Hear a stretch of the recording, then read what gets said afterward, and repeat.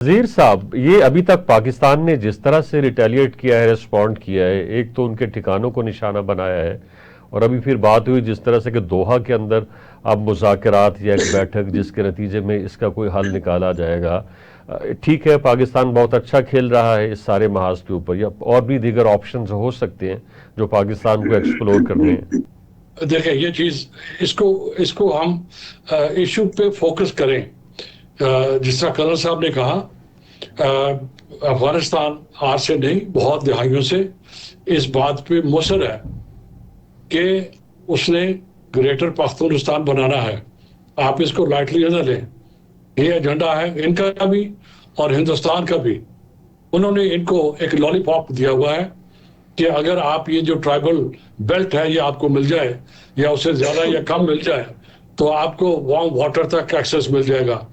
ये कई दहाइयों से ये इनके दिमाग में फंसा हुआ है। एक चीज।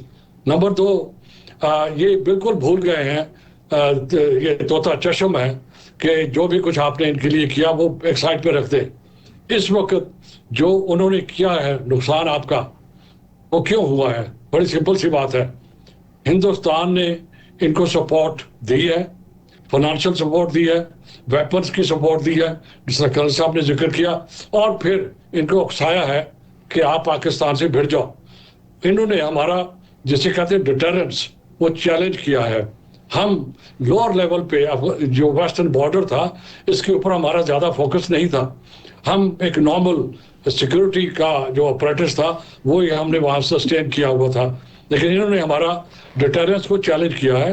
अब पाकिस्तान को एस्केलेट करना पड़ा।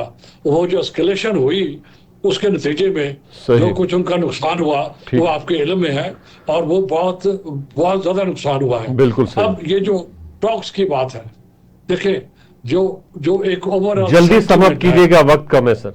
मैं समझ कर रहा हूँ।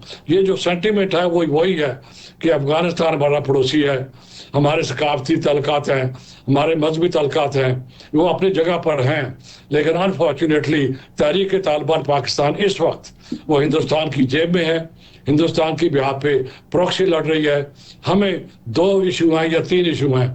एक इशू ये जो ड्यूरेंट लाइन को हर वक्त चैलेंज करते हैं, वो हमें डिस्टेबलाइज रखते हैं। इस इशू को उन्होंने जिंदा रखा हुआ है।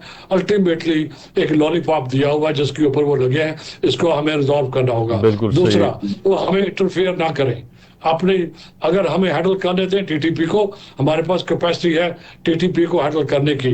चाहे चीफ मिनिस्टर सपोर्ट करे या ना करे, पाकिस्तान हैंडल कर लेगा उसको। और तीसरी बात, जो जो जो इलीगल इकोनॉमी है हमारे अंदर, जो उनकी लॉबी है स्मगलर्स की और ड्रग ट्रैफिकर्स की, ये हमारी इकोनॉमी को तबाह कर रही है। मेरा नहीं ख्याल कि कोई भी